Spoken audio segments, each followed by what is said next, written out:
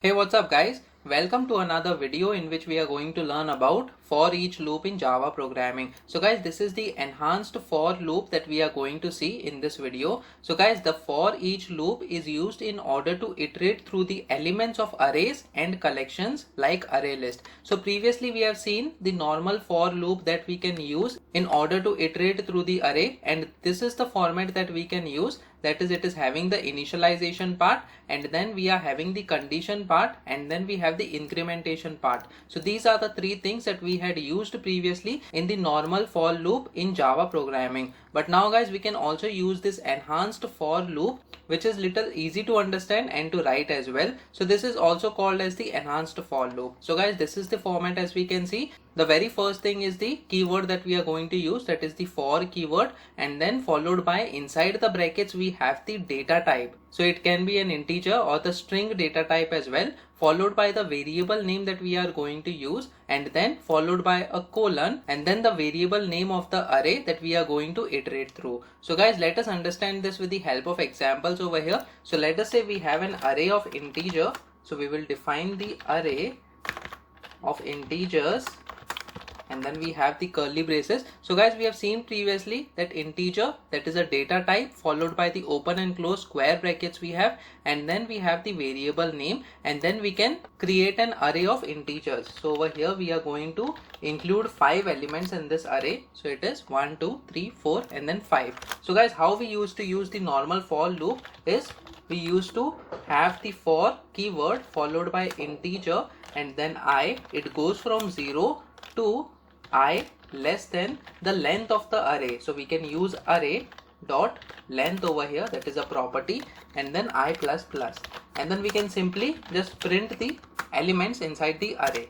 So we are going to print the elements by using the array variable and then followed by the index of the array elements. So guys, over here what we are going to do is the name of the array variable followed by open and close square brackets, and then I. So I is going to iterate through the array elements, and then let's say we want to print on the same line. So we will use this print method over here instead of println, and then over here I will just provide the space character. So inside this double quotes we have a space character in order to separate all the elements of the array. So let me just save this file and try running this code. So as we can see, all the elements, that is 1 to 5, is getting printed. Now guys, let us see the enhanced for loop. The same thing can be done very efficiently with the enhanced for loop over here. So I'll just comment out this line over here. So this is a multi-line comment that I have provided, and we will use the same for keyword, but this time we are not going to provide all these three things, that is initialization, then condition, and then incrementation. But instead of that, we are going to provide int and then the variable I, and then followed by a colon, and then the name of the array. So we can provide this array, that is the name of the array, and then inside this we will have our print statement. So I will provide the print statement over here. So this is a print method that we are going to use, and the same array elements we are going to print. So I'll just copy this and paste this over here, and then inside these square brackets I have to provide the I variable, since that is the iterator that is going to be used in order to iterate through the entire list of elements, and then followed by the space character over here. And then guys, let me just save this file and try running this code.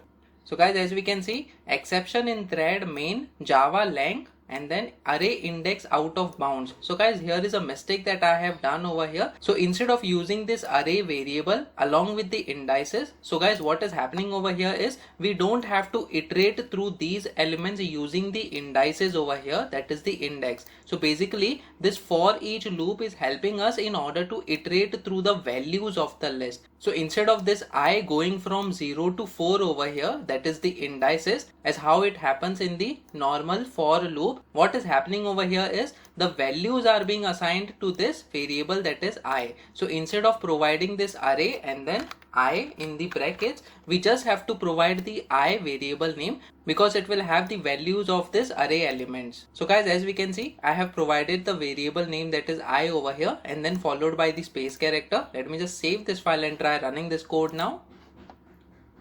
So as we can see, 1 to 5 is getting printed. So guys, always remember, whenever we are using the for each loop and then providing the data type and then the variable name, so this variable will always have the values of the arrays and not the indices. Whereas the other normal for loop will go through the indices of the array and then it will print the array elements accordingly using the array variable name. So guys, let us see another example over here. Instead of 1 to 5, I will just include some more elements over here. That is 6, 7, 8, 9 and then 10. So there are total 10 elements now. I'll just save this file and try running this code.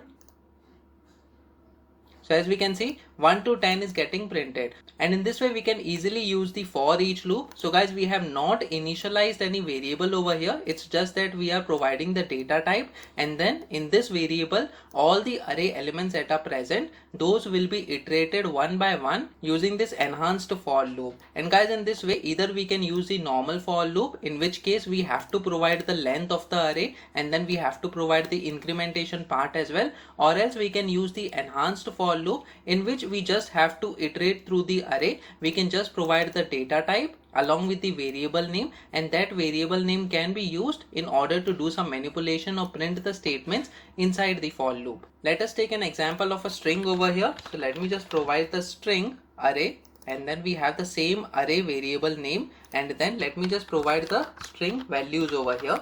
So let us say we have programming as one string, and then we have for, and then we have beginners. That is the name of the YouTube channel which you should definitely subscribe. And then guys, over here what I will do is, instead of this integer we have to provide the string data type, and then inside the string data type let me just change the variable name to str, that is a string, and then we will just copy and paste this. So the variable name is same, that is array, and then using this str over here instead of I. So let me just save this file and try running this code. So as we can see, programming for beginners, that is individual strings are getting printed over here. And instead of print, if let's say we want to use the println method, so what will happen is the individual strings that are present, these will be printed on the separate lines. So let me just save this file and try running this code.